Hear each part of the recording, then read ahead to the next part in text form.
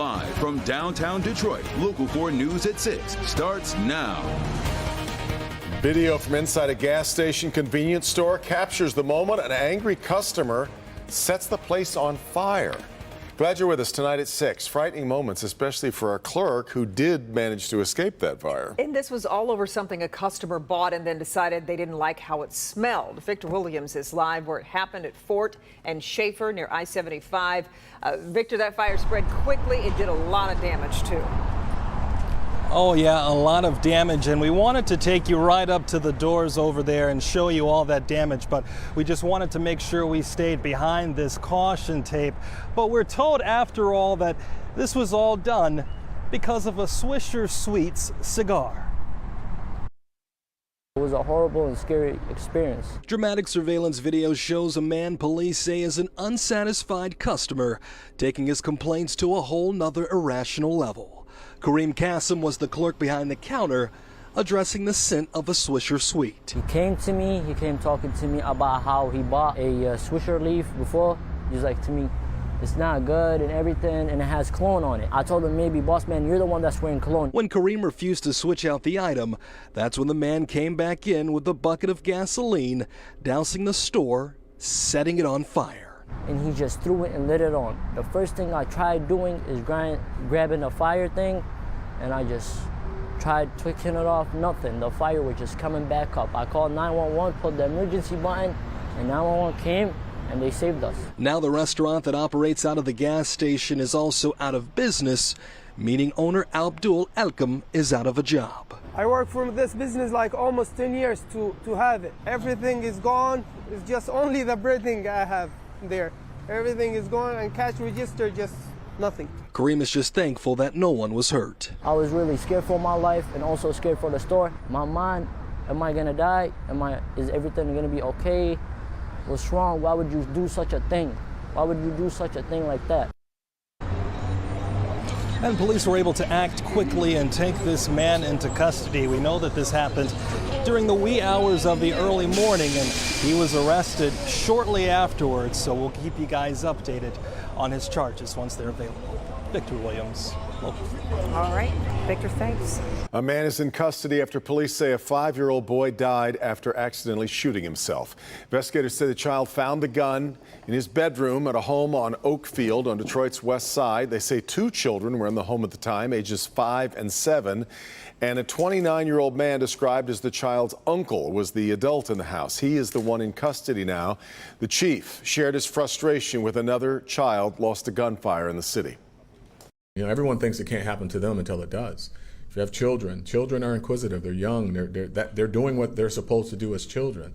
And oftentimes, you know, when you look at the things that they play with, they're guns, right? They're play guns, they're using video games that are shooting. And so they see a gun, it's not unreasonable for them to think that it's a toy. Police say the child's mother is devastated but cooperating. They plan to turn their information over to the prosecutor for a decision on charges. The federal retrial of 2 men for plotting to kidnap Governor Whitmer went differently this time. Unlike this past spring, when a jury could not reach verdicts on either defendant, this jury found Adam Fox and Barry Croft guilty on all counts. Those include conspiracy to kidnap and conspiracy to acquire a weapon of mass destruction. Croft is also convicted of possessing an unregistered destructive device. Sean Lay is live in Grand Rapids with reaction to the verdict. And Sean, we already know that an appeal is coming in this. More appeals, you're exactly right. So this is not over. And you're right, this was a new trial, a retrial, which means a different jury. As you can see, a different outcome.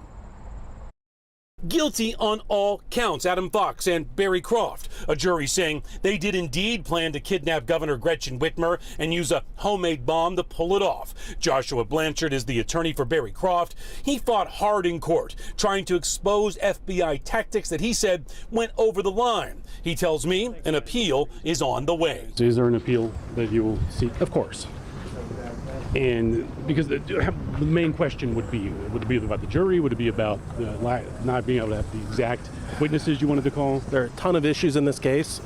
You know, that'll be part of the briefing process, but we've got some steps to take before we get to that. This is the second time the government has gone after Fox and Croft. Last spring, a jury dealt the U.S. Attorney for the Western District of Michigan an embarrassing loss when they found two of the men not guilty and could not come up with a verdict for Fox and Croft. This time, U.S. Attorney Andrew Burge says the jury is sending a clear message to extremists and domestic terrorists. The verdict confirms that this plot was very serious, very dangerous, posed a threat not only to the governor personally and her family, but also to innocent bystanders and to basic social order.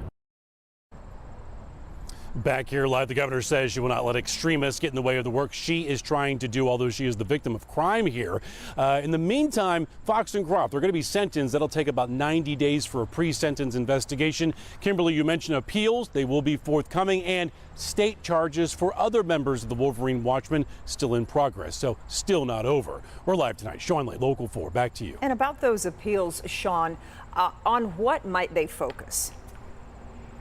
You know, defense attorneys raised a question with the judge about a particular juror. We talked about this about 2 weeks ago, saying that juror may have told others he made up his mind and wanted to be on the jury before being selected. The judge allowed that juror to continue, so we'll see an appeal on that more than likely. Like you said, it's not over. Okay, Sean, we appreciate it so much. And shortly after the jury delivered their verdict, Governor Whitmer released this statement, which it says in part, today's verdicts prove that violence and threats have no place in our politics, and those who seek to divide us will be held accountable. They will not succeed.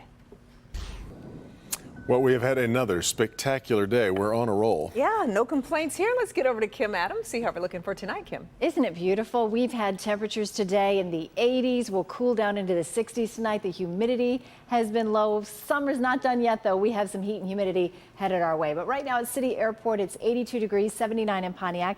Upper 70s in Mount Clemens as well. High temperatures over the next several days, though, will be going above normal and staying that way for quite some time. Our normal high dropped down today to 80 degrees as we continue that trend towards fall and the end of summer. But we're going to enjoy every minute while it lasts. 77 degrees with partly cloudy skies at 8 o'clock tonight. By 10 o'clock, when you head out to walk the dog, mostly clear, 73. You'll notice the humidity is low. That humidity will stay low through the day tomorrow as well. But we do have a chance for a couple of showers on Thursday, and the best way to track those showers outside of our newscast is to download the Forewarn Weather app. You plug in your city, and I mean, it goes right down to street level and shows you exactly when the rain will move in and move out of your neighborhood. So download the Forewarn Weather app today.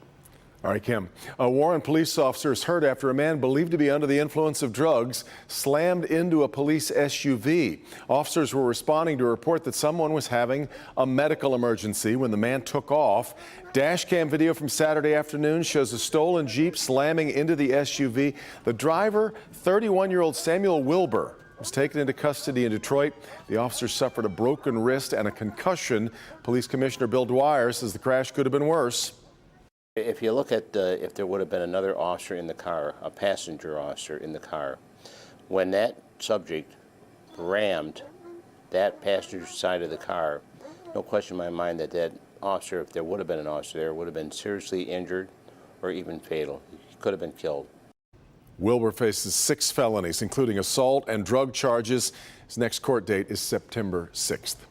Emergency construction is underway in Macomb County to protect portions of I-94 threatened by severe erosion. The main trouble spot is Rohrbeck Extension Drain near the freeway in Roseville. So construction is starting first on 13 Mile between Gratiot and Little Mac. After that, crews will work on the portion along Little Mac between 13 Mile and Masonic.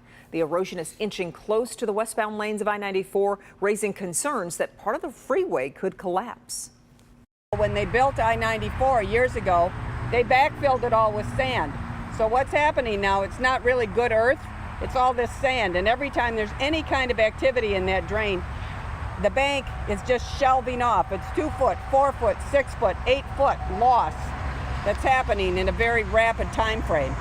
So this is a drain that obviously we find a problem, we need to fix this problem, and we are doing so. The county expects construction to last a few weeks. Let's get to the new coronavirus numbers for the week. State reporting 19,414 new cases over the past 7 days, averaging out to nearly 2,800 cases per day. That is a decrease from last week. 135 new COVID deaths are also being reported over the same 7 days. If you got any of the free at-home COVID tests from the federal government or through your insurance company, there's a good chance they have been sitting on your shelf for a while. They have, and many of those tests have expired or they will expire very soon. Dr. Frank McGeorge is here to show you what to do with those tests and how to tell if you need to toss them out. Yeah, Kim and Devin. So pretty much everything used in medicine has an expiration date. Now, in the case of COVID tests, the problem is the shelf life was a conservative estimate because, of course, the tests hadn't been around long enough to really know how they would perform after, let's say, a year or more. The good news is they are holding up well, and that has led the FDA to revise the expiration dates. At-home COVID tests are easy to use, and they give results in minutes, but they don't last forever.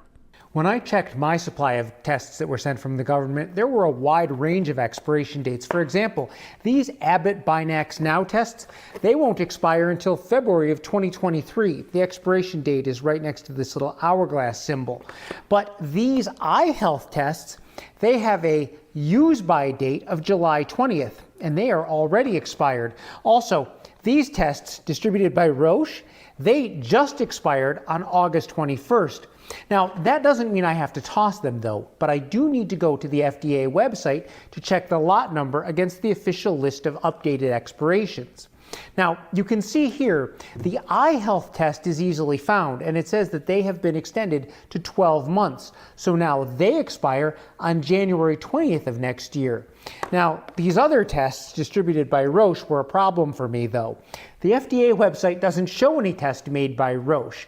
The only way I could figure out who made these tests was on the seal. It says SD Biosensor, and here on the back next to the little factory symbol, it says SD Biosensor. Now, on the FDA list, there is a test made by SD Biosensor, and in fact, the lot numbers do make sense. Unfortunately, as of now, these tests are only extended until November 21st of this year. The bottom line is, regardless of the expiration date printed on the box or label, in many cases the shelf life may have been extended by the FDA. You just need to check. Now, if you have tests with different expiration dates like I did, just be sure to use the tests with the expiration dates that's coming up sooner first. And we're posting a link to the FDA website where you can check on the expirations yourself. That'll be on clickondetroit.com. Back to you. Okay, Dr. McGeorge, we appreciate it.